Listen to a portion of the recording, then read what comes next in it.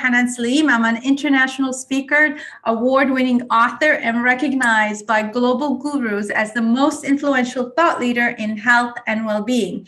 And like I always say, speaking from the stage, I love it because I feel the energy, I get the nods, I get the cross eyes if somebody doesn't understand me. But the way we have it here with technology, thank God for it, on Zoom, we want to keep the energy up, but we want to see who's on the call, who to get you guys involved, participate. So without further ado, I want to know who's on the call, what background do you have, what industry do you work in, are you a pharmacist? And we sometimes have a lot of students. Are you a student? What practitioner are you on? So, oh wow, we're already getting a few chats here. Let's see who's on the call. Emma Esther Garcia, good afternoon to you. Where are you calling from and what practice or profession are you in? Dr. Abu Bakr, hi doctor, how are you? Iman Azam, hi Dr. Iman Azam, professor at Lebanese University Public Health. Wow, that's amazing. Thank you so much for joining us. And Dr. Sulaiman Al-Awadi, I think that is. Good evening from Yemen. Okay, so Dr. Sulaiman, what kind of doctor are you? Who else? Faisal, community pharmacist from Qatar. Thank you for joining us. Ilaria is a student at Faculty of Pharmacy. Which part of the world are you calling in from, Ilaria? I think that is. Muhammad Ibrahim, hi, how are you? Who else? Iman Azam, you're welcome. Mariam Al-Awi. Okay, good day. She's a nurse, Mariam. Thank you for joining us, or actually a nurse intern. Sorry about that. Sally Anwar. Hi, doctor. Hi, how are you, Sally? Thank you for joining us. Muhammad Ibrahim Muhammad is saying, I'm Dr. Muhammad Ibrahim. Okay, sorry. Welcome, doctor. And that is very important, by the way. That DR before the name is not just a DR. We worked hard for that DR to be part of our name. So we all understand it's very critical to have it part of our name. We worked really hard for that, right? Dr. Kazin is from Iraq. He's a GP doctor. Thank you so much for joining us today. Rehab is saying she's a pharmacist from Morocco. Wow, we have like the whole globe with us today. So Muhammad Ibrahim is saying he's a surgical resident in Saudi Arabia. Wow, thank you for joining us. Dr. Mohi is a clinical toxicologist. All right, thank you for joining. Which part of the world are you calling in from, Dr. Mehi? Lamia is a pharmacy student. Yep, I knew there was going to be students on here today. Welcome from Lebanon. MD Manawar is a Saudi pharmacist. Okay, pardon me if I don't pronounce your name correct, because knock it off or take it off as being an American. Two things we're really, really bad at. I'm originally from Egypt. I grew up in the US, so I could say I'm primarily American because I've been there since I was 7 years old. But two things we don't do very well: pronunciation in names and geography. Okay, so Asil is from Yemen. Welcome, Asil. Rana is Rana Salah from Egypt. All right, my posses are on here today from Egypt. I just came back from Egypt, by the way, 2 days ago. Muhammad Ibrahim is saying, no, Muhammad, Dr. Muhammad, no, I don't, I'm just playing, I'm just saying. Rana, I'm a clinical pharmacist, Kadus. I'm trying to pronounce the last name. Emily Figeli, Emily's pharmacist from Lebanon. Welcome. Amna Nasij is a nutritionist. Very nice. Thank you, from Tunisia. Mariam, assalamu alaikum, Dr. Mariam Salman from Bahrain, general physician. Thank you. I attended your last webinar. So you know my age. Dr. Mariam, you know my age, right? Because we had that last webinar. Everybody was guessing my age. We won't do that today. Okay, so just let you know. Nasser, good afternoon to everyone. I'm Nasser Dirarini. I hope I said that right. Professor of English, specific purposes in medical education, risk factors for CVD, for COVID, I believe, from Algeria. Thank you. I think it's Lunisi Al Ali University. Wow, thank you so much.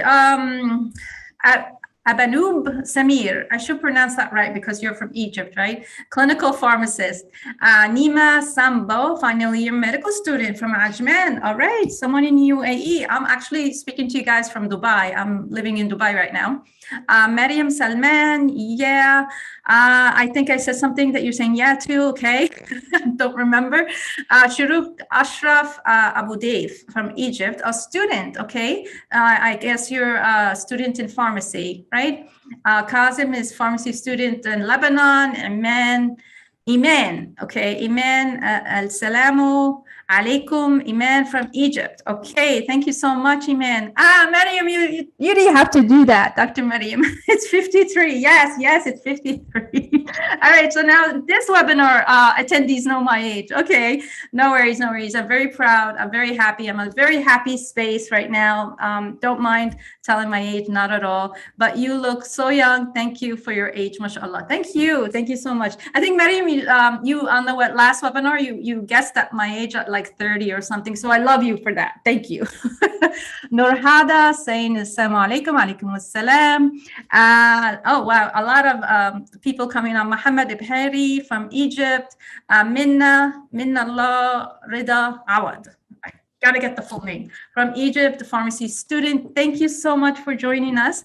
Nurhada thank you for the webinar. All right, thank you. I hope I got everybody. Don't be upset at me. Okay, so we got one more. Fernando, pharmacy student. Okay, thank you, Fernando. Thank you, everyone, for joining me today. Really appreciate it. Keep up the energy. Let's keep moving ahead because we have a lot to cover on today's webinar. Okay, let me find my slides. I think I'm still on vacation mode because I just came back. So forgive me if there's a lapse somewhere, somehow. Okay, let's see. Let me do this. Am I writing? Yeah. Aha, yeah, full screen. That was what I was going for and it worked.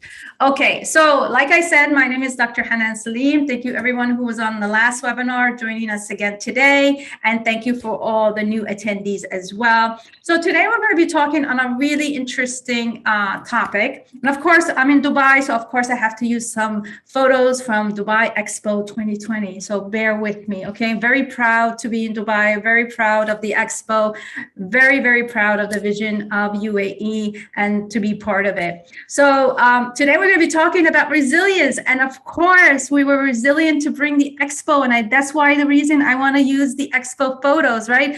Going through COVID, going through all this economy issues, the flying in and the restrictions and social distancing and the vaccines, the PCR tests, all that, but yet we were able to come through in Dubai to bring the Expo. So 7 proven resilience skills for doctors. And to be quite honest, I think these resilience skills could fit any person, because as human beings, we want to be resilient. And coming out of this epidemic situation, we have a lot going for us becoming resilient, going through this turmoil of this epidemic. But what it's important is not just be resilient in a negative or a positive way, but with a purpose. And that's, I think, the core message that we want to bring to you guys today: how to be resilient with a authenticity, how to be resilient that's going to work for you instead of against you, and then positive and moving forward, full steam ahead, just like we did, like I mentioned, with the Expo. And not only do that in this resilience, but we want you to grow. We want you to thrive and not just survive in what we call the modern medical environment. So very excited. It's very close to my heart, today's webinar. So you could see the energy. I'm like really full of energy, and I want you guys to be on board and be full of energy. And please, if you have any questions or anything, please drop it into the chat. I'm going to check it on, frequently, just for 2 things: to see if everybody's on board with me, you could hear me, see me, understand what I'm saying, and if you guys have any questions. Okay, awesome. So we're going to be actually discussing The 7 most important methods. Okay, so whoever's been on my webinars before, I love using acronyms. I love making the webinars practical and to be able to use it moving forward in your life, right? So my mission is to give you some lessons, some food for thought, if you will, as well as be able to have it used in a practical manner that you could just, fit it into your own life, in your own practice, in your own career, right? So it's all about thriving and the skill sets that you're going to need in this modern, what we call modern medical environment, right? It's all not just when we say modern, we always thinking of technology, research, things of the sort, but it's actually some of the skill sets are going to be a bit familiar to you. It's just, I want to emphasize it and remind you of it because it's very, very important and critical being part of what we're talking about, which is resilience and thriving. So before the epidemic or before the pandemic, we had an epidemic of physician burnout, right? With many physicians caught in a cycle of exhaustion, cynicism, and loss of purpose and drained, right? When is all this going to come to an end, right? There was very unexpected and you were just doing 24/7, not knowing whether you're coming or you're going, operating sometimes on 2 to 3 hours of sleep, exhausted, right? And all because of all the change and uncertainty because of the virus has brought certainly doesn't help, right? So it's now imperative than ever that physicians and healthcare professionals as well build the resilience to continue moving forward from all the pressures and stress that our careers bring. You have to be on your toes and of course be ready before it actually hits home, right? I think that's one of the critical information and things that we could leverage on is to build the bridge before, there's an expression in the US, right? Where people are just taking action and they say, just do it and, jump off and build the parachute on your way down. Now with COVID, that doesn't work anymore, right? We have to be prepared, plan and create a strategy and build it in order to relieve a lot of the pressures and the situations and frustrations that we all went through as healthcare professionals because of this pandemic. So in the 25 years, yes, now you know my age, I worked as a healthcare professional and coach, and I've seen 7 habits. These are really 7 resilient habits, thought patterns and practices that distinguish those who can thrive despite pressure and those who cannot. And I've seen it continuously working here in the UAE, as well as, of course, we've all seen it on a global level. And there's actually 7 specific resilient, what I call them, the 7 R's for resilience, that are the difference between a fulfilling and purposeful career without the burnout that we all sometimes are put through because of our profession, especially being a practitioner and a doctor, especially being on your feet all the time, right? So thriving in the modern medical environment, what does that mean? Well, the thriving defines the effectiveness. And I kind of hinted that when we first started, right? That it's actually, we want to be effective and not only efficient, because the balance of obtaining a desirable patient result with caring for that which produces those results. Meaning we as ourselves have to be ready, prepared, fully resilient and aware, and be able to help our patients in the best possible, most effective, efficient way, right? So our values govern that and our behavior, while modern medical principles ultimately determines the consequences and the results. I know it's a mouthful that I'm trying and that I've just said. We're going to dive deep in all of that particular statement. And I think this is the foundation and letting you guys know what we're going to be building on throughout this webinar. So I see a few people here on the chat. Just want to make sure everybody is here. Dr. V is here with us. Good evening to everyone. Good evening to you, Dr. V. Ruhi Naz is saying good afternoon. Good afternoon to you. And thank you for joining us today. Okay, everybody hears me, sees me. Wonderful. Let's move forward. So I was thinking, like, what is like the 30,000-foot view that you can start once we go to the specific 7 steps or 7 R's or resilience, that you could kind of like, where does that overview, where does that particular R or step of resilience goes into as the overhead or the topic or the heading, if you will, that we're trying to place these. So I'm going to give that to you in the next slide or two, so you don't have to try to imagine or figure out which one goes where. Just so you are aware, there's a heading, if you will, or a category that all these steps falls onto. And the reason I'm creating this category, as you'll see, is one leads to the other, and we want to get to the final step of the ultimate resilience that creates that ultimate resilience in our career as human beings and as professionals. Okay, I hope that made sense.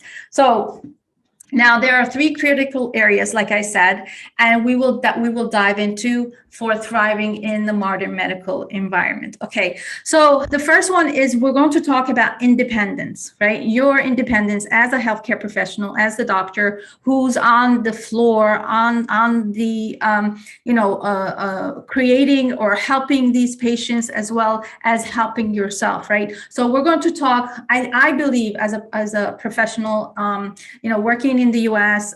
In Manhattan on the PNT committee, Pharmaceutics and Therapeutics committee, I learned that it doesn't start with the patients. It actually starts with you yourself, and I think that's going to be a focus for everyone, because resilience is not something that's going to be given you on a silver platter. It's something that's going to be a skill set, if you will, that has to be created from the core, from you, to be able to keep going, to thrive, like we've been saying, and grow and scale as a professional to help others. And we want to make an impact as well while we're doing that.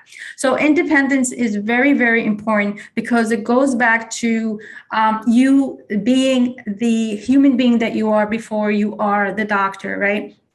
There's a really important saying that I love as well, is the entrepreneurship is not really about the business, it's about the person that's running the business, right? So again, this is the similar situation. I believe that healthcare professionals is about who you are, your uniqueness that you bring to the table that makes a difference in people's lives and not only your own, okay? So independence, talking about you as the person, is very, very important. That leads to something we call interdependence, where it's at the level where what you're doing, your impact is going to have that positive effect in this situation on your patients, on your colleagues, on the career, on the environment, on the hospital, on the organization that you work at. So there is going to be a uniqueness between what you bring as an independent to the interdependence, where there's a match and a harmony we create from both worlds, right?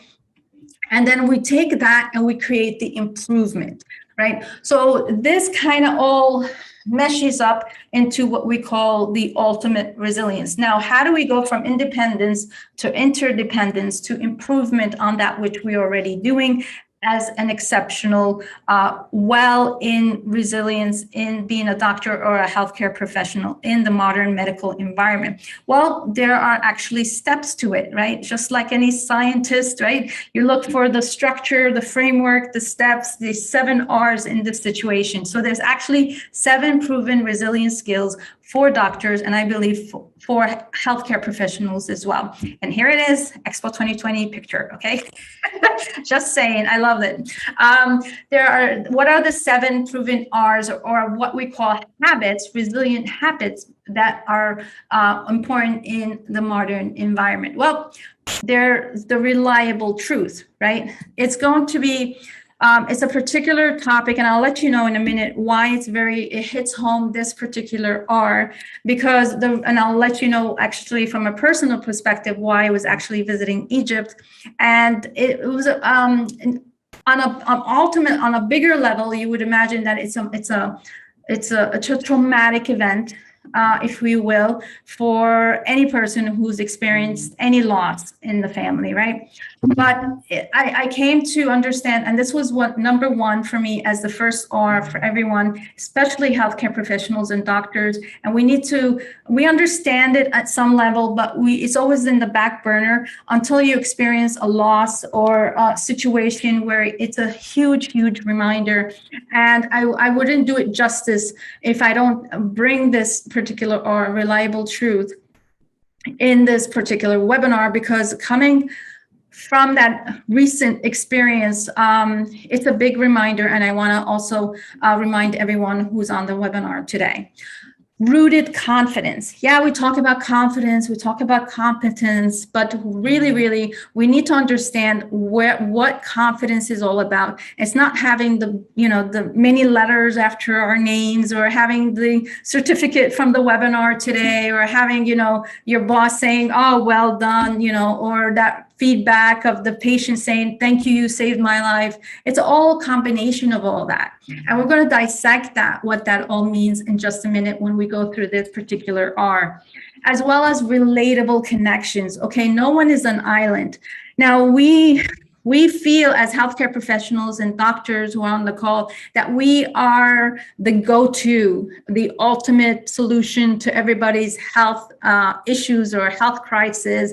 I mean, we experienced it, being on the front lines through this pandemic, right? And we feel that, we are the top of the top leaders in this profession to help everybody else. But who's helping us? Who's looking after us, right? And the most important person or people are the people that you have connected with, the people in your environment. And this is why it's very important to have the resilience to go through having relatable connections in your environment to become resilient. Because a lot of people think resilience is all about me, taking care of the situation, going through, becoming strong and stronger, and just pushing through the obstacles, pushing through the challenges, and pushing through to making them opportunities. Like we always hear these pep talks, right? But actually, the truth of the matter is resilience is also about connections, about the support that you need going through this process and this journey. Relationship types. Now, this is going to be an eye-opener for everyone, right? Because as soon as we say relationships, you think, oh, family, you think, your kids, your colleagues, the friends or things of the sort, right? But you're going to be coming in for a big surprise and really focus on the real, true relationship types that are within your fingertips to become resilient and going through this journey. Role, right? We all play an important role as healthcare professionals and doctors in contribution, right? We contribute always our time. I mean, our shift is up, right? Nurses on here. I saw some student nurses, pharmacists, healthcare professionals, toxicologists, even professors, right? We're always the last to punch out, right? You see all these corporates, like the whistle blows, 5 o'clock, they punch out, they're out, right? Us healthcare professionals, we're the last. We put more shifts than our original shifts, right? So it's all, we understand this. Saving lives, helping patients in their health and well-being. And of course, we're all about contribution, right? But there's a different role and a different kind of contribution that we should look at, and having this in mind as the R for resilience. Relax and let go, right? Okay. So actually, I've been on 3 meetings today. I was in, because of the expo, there's so much rush hour. It's like the rush hour here in Dubai is like 24/7, right? And I literally was driving like a crazy woman so I could come up on this webinar for you guys, right? But what did I do? I gave myself 5 times, relax, let go, and now be able to focus on the webinar without losing a step in my energy. And I'm sure everybody feels it and is aware of, and being authentic, right? But there's a different kind of relax and let go for you guys as well that you would really appreciate, especially being healthcare professionals, and we always have to give the bad news, right, to the family, or bring, the bad news to the patient of being a certain diagnosis or things like that. And sometimes we become so emotional, and we hold ourselves strong for the patient, for the family, for the friends, but then we need to also take care of ourselves and relax and let go. And of course, we can't leave that without the reflect mindset, right? We have to have the positive mindset to grow, scale, and move forward in our resilience and what we call thriving instead of surviving. Okay, so I see some chats on here. So my name for attendance and certificate, that's probably with Arthur, not me. Mariam is saying patient and doc relationships. Yes, exactly, Mariam. Thank you so much for that. Good afternoon, Hussam. How are you? Thank you so much for joining us. Okay, wonderful. So how does this all fit into these independence, interdependence, and improvement? Okay, so here are your 7 R's or habits. So I'll tell you. So the 3 critical areas of resilience, that's where the 7 resilience actually come in. So in the first, second, and third R, or habit, resilient habit, are focused on, like I said, independence or self-mastery from, and then we're going to move from dependence on the technology and the equipment and, you know, things of the sort to independence, right? And of course, R's 4, 5, and 6 are all focused on developing teamwork, collaboration, communication skills, and moving forward what we were calling about from independence to interdependence, because then you're moving from a self-mastery, self-focused situation where we're thriving at that situation or at our independence. And now we want to be able to leverage that into working with others, for example, working with colleagues or teamwork or in a company, right? And then, of course, the 7th R, or the R7 resilient habit, is focused on continuing growth, right? Improvement, and embodies all the other R's, right? So this is just an overview, if you will, so you don't have to keep going and thinking, well, where does this R go, or how does that go with independence, or does that fit with interdependence? It's right there for you. And we'll move forward with the specific R's, the 7 proven resilience skills for doctors. Okay. So let me just look at here. Sally Anwar, Amina, Atiya. Hi, Sally, how are you? Thank you for joining us. Okay, wonderful. All right, so reliable truth.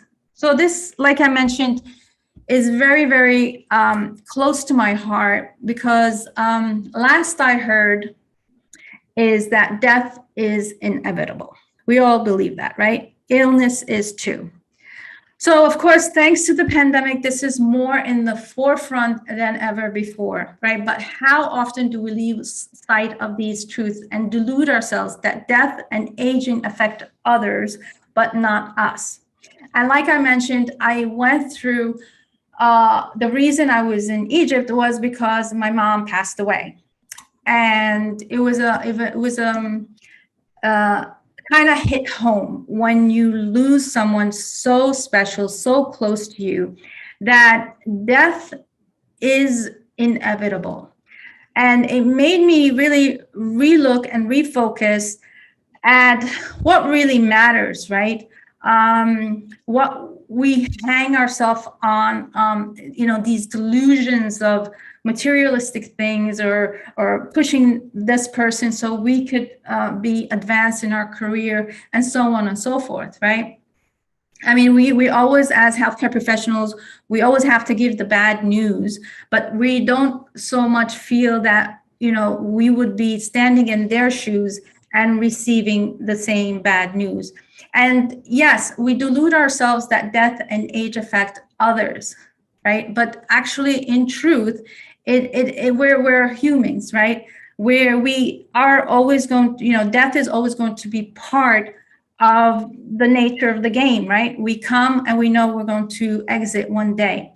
So the cost of these delusions are actually twofold, right? Firstly, ignoring the impermanence of life means that we spend our days sleepwalking and biding time that won't be there forever, right? We can spend hours on charts and then come home and scroll through Facebook and LinkedIn instead of taking in the goodness of those we love. And I didn't get, unfortunately, a chance to see her and say goodbye or hug her or spend the time with her because I was in Dubai and she's in Egypt. So this, I want to bring everybody's attention. I know you guys are on the webinar, you're excellent professionals. You want to be able to, grow and exceed, get the awards and everything. But really, really, the reliable truth and what matters is our relationships, our love for the people who are important in our lives. And just understanding in the goodness of those we love instead, because I'm guilty of it as well. I've told my mom said, I want to see you, make sure you come. I miss you. I miss the kids. But of course, my hours at the ministry, I work at Ministry of Health in Dubai. I didn't, my colleagues were on vacation. I couldn't take time. Then it was Eid and then, it was too expensive, the tickets, we make up all these silly excuses. And of course, when you look at it and you really, what's more important? Is it the career? Is it the certificates? I saw someone looking on for a certificate and the name and the CE hours and all that. But really, we need to stop and reflect. And so we don't move with broken wings, if you will, that will stop you in your track, will really make you forcefully reevaluate the goodness in life, the goodness in who we love, and the things that really cherish to us. I mean, I'm guilty of it, my kids not studying with them because I have to, excel at my career, or I wasn't giving enough time to my friends because I had an exam the next day. The students on here, right? So yes, all of these things are very, very important. But really, I couldn't go on with this webinar with this in my heart without sharing it with everyone. That really, the goodness of those we love is really just as important, just as critical in creating the resilience. And of course, truth builds trust. Once we are having reliable truths, believe me, I've been there, done that, and I'm here to tell you it's actually very, very much important, is that when we face the truth in our lives and make it reliable truths, not what Google says, not what the statistics supposedly say, but the experiences is actually going to build the trust in our career, the trust in ourselves. We're going to talk about confidence as well. It's going to have trust in our bosses, organizations. And believe me, once we just get grounded and focus on the things that's important in our lives, that's going to build the trust. It's going to build the career. It's going to build everything. Everything else is secondary and will come to you. And ever since I came back, which was last Sunday, the Sunday that just passed this morning, that has been my focus. How could I make my relationships? I don't stop. And every morning I say good morning to my kids and I hug them and I say, I love you, because you don't know when the next moment will be. You don't know what the next event will happen. Hopefully, we've been through the pandemic and it's been the worst. But, we also have to look inside our relationships, inside our own lives, and look and make sure we find the goodness of that which we love and those we love. Okay. And secondly, that thinking that we and our families won't experience pain, the sickness, the tragedy leads to so much suffering when difficulty inevitably arises. That's another lesson I learned. We can feel like life has been unfair to us and that we deserve better. But it's actually, I've come to understand that it's actually karma, because what you focus on is what you're going to get. If you're going to focus on the career and just advancement and me and moving forward, and it's forget everything else that's really precious, because time doesn't stop for anyone, right? So we need to do better, be better, and people we love deserve better as well. Resilient clinicians recognize this, by the way, that misfortunes of life happen to everyone, and they react with strength, with compassion, wisdom when they do. And that's exactly how I went through this particular misfortune of losing my mom. I came to understand the strength that I very happily inherited from her the compassion and wisdom. And believe it or not, I never took time to understand all the good that she's been doing. But let me tell you, in Egypt and in our religion and everything, what you're left with is your reputation, the good word that people say about you. And oh my God, I heard so many good words about my mom, how like every single person at that day was happy to come to say, your mom did this for me. Your mom did this for that. Your mom saved my marriage. Your mom saved my kids, or your mom helped with paying for this, or, that. And that was so not surprising. I know my mom was a very giving person, but then it made me understand her wisdom. It made me understand her compassion that I had forgotten on my journey to being excellent, to in my career, and working for the best and being the best, and being the leader in this particular health and well-being industry, if you will, right? I am proud, and I know she was proud, but I wish I would have been able to just sit and listen to her advice, her wisdom, and understand more of the person that she was and the compassion that she had, so that I could be able to move it forward. So thank you so much for listening to my short story, Understanding. And I hope this story was not just to tell a story, but it's really a reminder of this really, really important truth, and that is the reliable truth that we're at risk at any time. God forbid, nothing as tragic as losing someone, but this is always a reminder to remember the goodness of those we love. Okay, so let me look at the chat really quick. I believe someone wrote something. Hopefully you see me. Dina saying, I'm glad to join you today. This is my first webinar with you. I'm Dr. Dina from Iraq. Started working as a doctor since 5 years ago. Welcome, Dina. Thank you so much for joining. And Toka saying, I totally agree with you. Mariam, thank you, Dr. Mariam. She's saying heartfelt condolences. May Allah bestow her highest place in Jannah, produce, inshallah. Inshallah. Thank you so much. So let's move on to the next R, which is the rooted confidence. Yeah. So I always love this picture. Which comes first, competence or confidence, right? The egg or the chicken, right? So that's kind of like, or the carriage and the horse, if you will, right? So what do you think comes before? Iman is saying, I need records of webinars, please. Sure. The recording, you mean? Sure. No worries. So everybody, just get you out of that trenching story of mine. Sorry. So I want to get you all involved, your energy back up. So what is more important? Any votes on here today? Competence versus confidence. Okay. So Dina, Toka, Mariam, Dr. Mariam, Kasim is saying confidence. Iman is saying confidence. Very good. Let's get some order. Shahdan is saying competence. Okay. Shaimat is saying competence. Okay, so we got, I lost count. So we got a bit of even, well, actually now more it's competence than confidence. Okay, great. So we'll look into that now. So confidence is the belief in one's abilities is actually rooted in competence.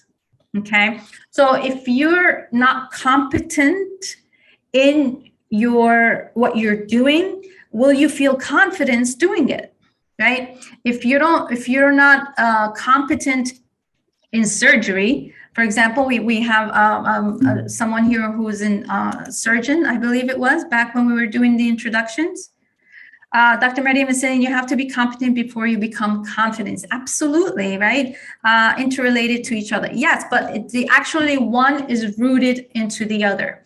So in order to really be very confident, it's actually rooted in your competence. And actually clinicians gain, or doctors, healthcare professionals gain confidence by being able to demonstrate their competence in real situations, right? So self-confidence is a confidence, is by identifying your individual strengths.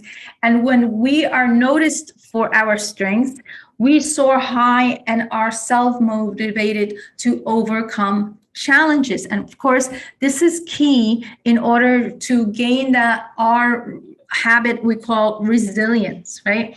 So we need to be able to sharpen the saw. We're going to talk about that in a little bit with the competency. And I think everyone on here today on this webinar is always sharpening the saw, if you will, improving their skill sets, improving their knowledge to be able to have what they feel would make them competent, right? Because it's rooted in competence that will give them ultimately their confidence, right? So a lot of people say, well, confidence, is a skill that you could learn. You meditate, or you use a certain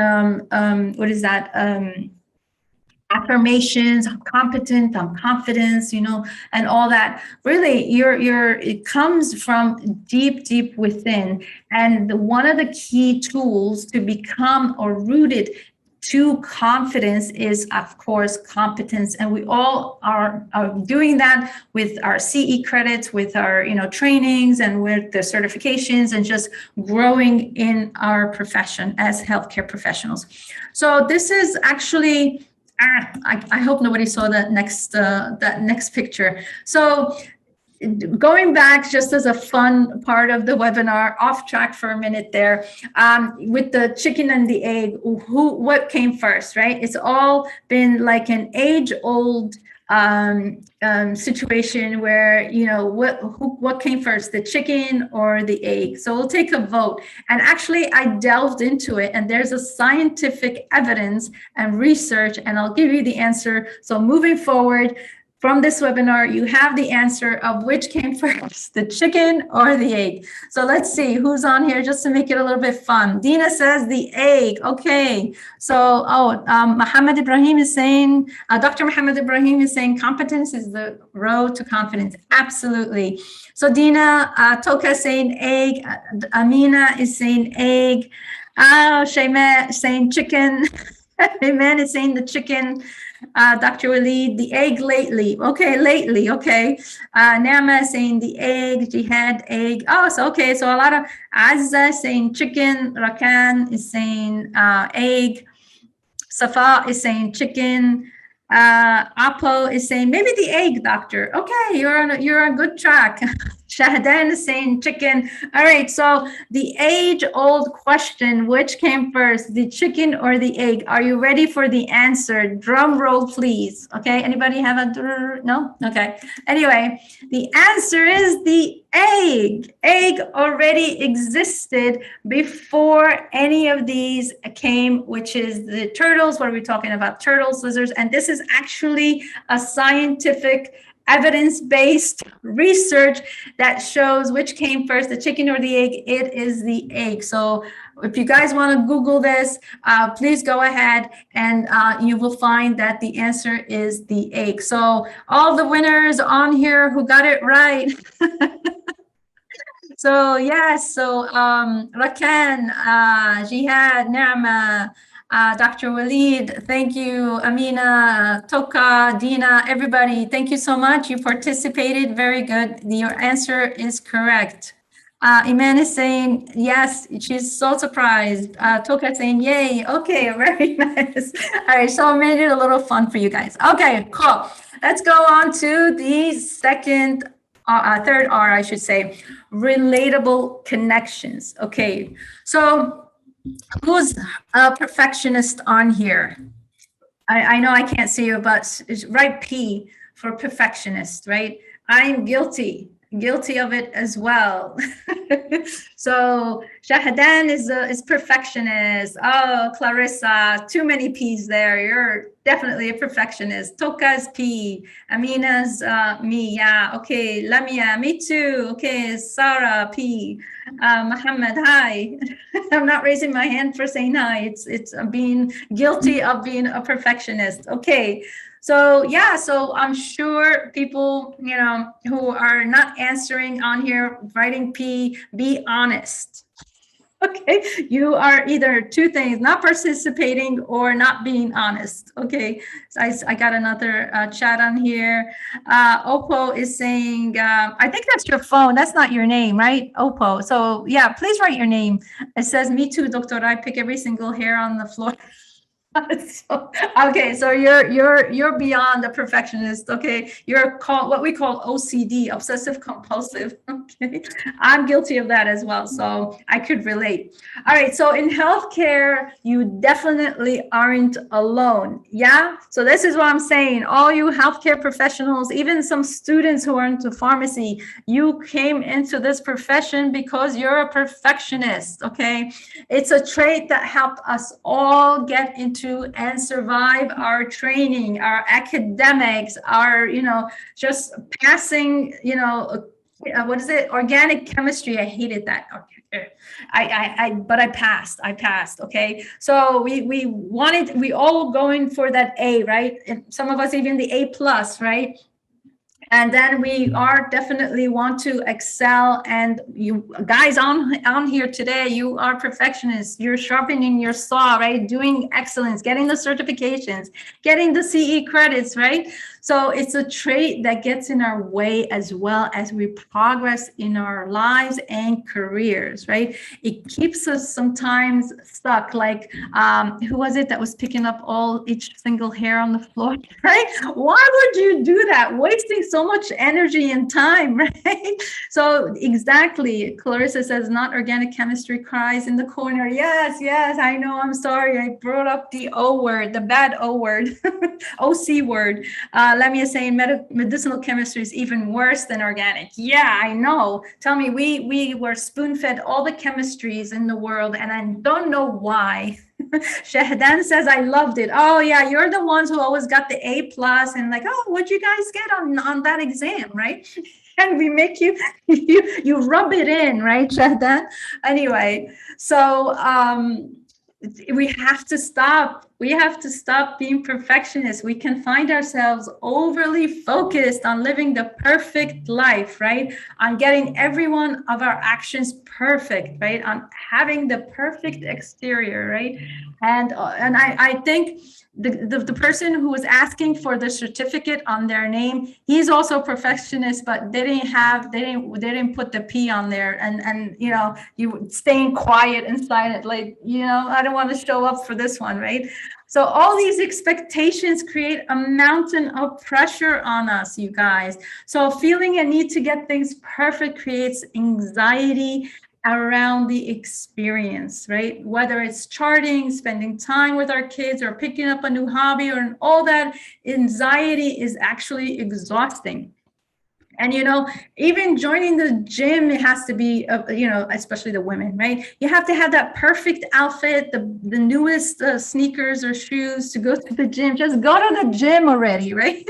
So that's what we're talking about with resilience. In resilience, you have to go and be able to just focus on getting the action done, right? It's about taking action and not just getting information, analyzation, and then thinking about comparing, doing the research, and then taking action, right? So resilient clinicians recognize that perfection is largely an unattainable goal, and they realize that doing their best is what they set their sights on, right? If you feel that you put it all, you put in your all, you did your best, that is enough, right? So they accept and enjoy the bumps in the road that come along the way. So enjoy the ride. I love the saying that, it's not about the destination to where you're going, but about the journey. So if you're focusing on it's about the destination and being perfect in what you're trying to achieve, you're not going to enjoy the journey. If you're, for example, taking a road trip, right? And you're not going to look at the scenery, taking in the nature, right? And you're just focused on getting there on time, like I'm guilty of sometimes, but getting there on time, where it's supposed to be, what you're supposed to be saying, what you're supposed to be doing, and focusing on the destination, it kind of loses the value, loses the journey experience, and the having that as a fulfillment part of the destination as well. So any Okay, so Kasim is saying pharmacology is the worst of them all. Okay, so I'm bringing a lot of memory back, bad memories for everybody. Yeah, I know what you're saying. Iman is saying you're a great lecturer. Thanks. Oh, you're welcome. You're welcome. Okay, so let's talk about relationship types, right? So we're going to go through a lot of relationship types, right? The spouse-centered, your feelings of security are based on the way our spouse treats you. Your direction comes from your own needs, wants, from those of your spouse, right? So if your spouse approves of your work, then you're worthy, right? No, that's not it. Sorry, spouses out there. Family centered, right? Your security is founded on family acceptance and fulfilling family expectations. Their actions are limited by family models and traditions. And coming from the Middle East and from this culture, I'm also guilty of that, right? Or we're money centered, right? Your personal worth is determined by your net worth. Profit is your decision making criteria, right? These are all the different relationship types and centered around, right? Possession centered, right? Your security is based on your reputation, your social status, or the tangible things you possess, right? You tend to compare what you have to what you have of others, right? Am I ticking a lot of boxes for a lot of people here today? No? Okay. So pleasure centered, you make decisions based on what will give you the most pleasure. You see the world in terms of what's in it for you, okay? Friend-centered, your security is a function of the social mirror. You are highly dependent on the opinions of others, okay? Enemy-centered, right? We have a lot of some of those in our lives, unfortunately. You make decisions based on what will thwart your enemy, meaning you are defensive, overreactive, often act paranoid. If you see them, like if you're in the same room and you see them smiling in the corner, oh, they're saying something bad about you or making fun of you, and it has nothing to do with you sometimes, or actually 90% of the time anyway. Religion centered, right? Your security is based on the religious activity, the esteem in which you are held by those in authority or influence in the religion. You find identity and security in religious labels and comparisons, right? So in Islam, we say, oh, mutadayin, right? He prays 5 times a day. I see him giving charity. I see him, he's gone to the pilgrimage, he's filling all the pillars of Islam, right? And that is actually, it's part of our religion, but it's not going to be a relationship-centered type, right? And often, sometimes we get so disappointed because we thought they were one person or acting, or was a cover for something or acting a certain way, and they turned out to be something else, right? So we have to be wary and focused on these things as well. Self-centered, your security is constantly changing and shifting. You view the world on decisions, events, or circumstances that will affect you. Okay, so who has actually been guilty of any of these? Nobody, right? Nobody except me. One of these at least. No? Okay. So what I'm going to tell you right now, so let's see who's the honest person on here. Oh, okay. Oppo, write your name.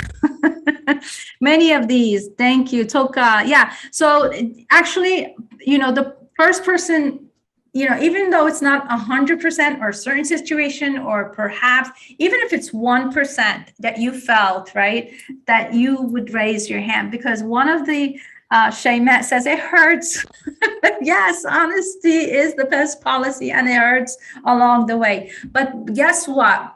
The good news is these are not the important relationship types, right? And what